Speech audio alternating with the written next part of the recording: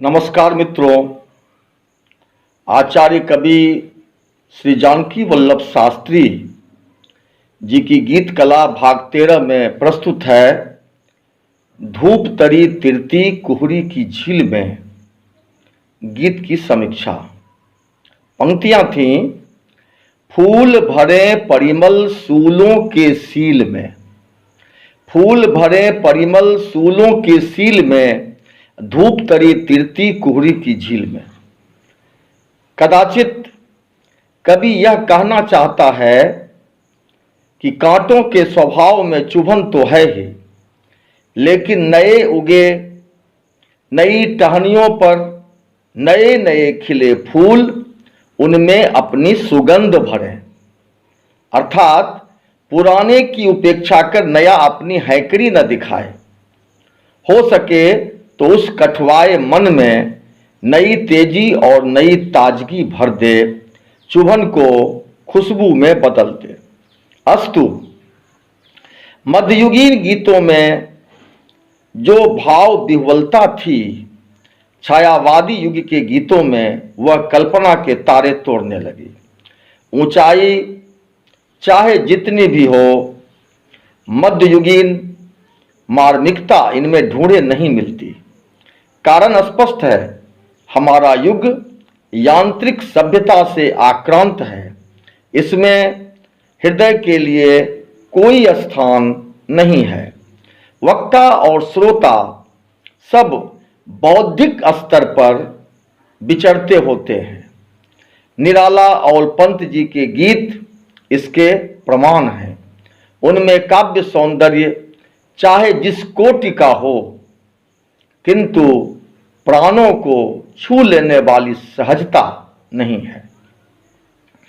आचार्य कवि श्री जानकी वल्लभ शास्त्री जी के गीतों का प्राचीन तथा समकालीन गीतों के साथ तुलनात्मक अध्ययन करने पर यह स्पष्ट हो जाएगा कि आधुनिक भाव भाषा के प्रयोग के बावजूद कवि की आत्मा को महाकवि विद्यापति, सूरदास और मीरा ने अधिक आंदोलित किया है। यही कारण है कि शास्त्री जी के गीतों में कल्पना की वह उड़ान नहीं जो पंत या निराला जी में है। पंत जी के शब्दों की सुललित योजना भी प्रस्तुत कवि को सर्वत्र अभिष्ट नहीं है।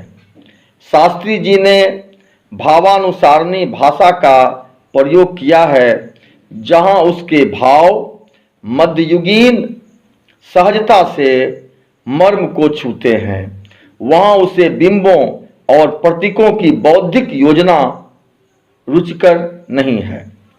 यह एक बहुत बड़ा अंतर है कि शरीर वर्तमान में, मन मध्ययुग में और आत्मा क्लासिक युग में रहने पर भी गीतों का संश्लिष्ट शब्द स्वर रचना में अधिक से अधिक निखार ही आया है। वैज्ञानिक रूखापन नहीं और तथाकथित कलात्मक जटिलता भी नहीं। शास्त्री जी की गीत कला में मैंने जिन गीतों की चर्चा की है वे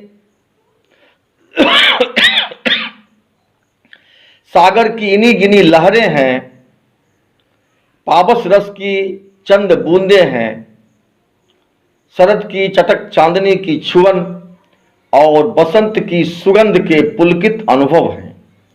विस्तार की अपेक्षा गहराई कवि को अधिक प्रिय है, किंतु ऐसी गहराई जो अंधे कुएं की याद दिलाती हो वह नहीं, बल्कि ऐसी जिसकी अनुभूति देश और काल में सिमट कर न रह गई हो और अनंत तक एक सी ताजगी संजोए रहने की ललक लिए हुए हो। तो मित्रों, आचार्य कवि श्री जानकी वल्लभ शास्त्री जी की अति संक्षिप्त गीत कला को सुनने में आपने जो धैर्य और एकाग्रता दिखाई है, उसके लिए आपको बहुत बहुत धन्यवाद।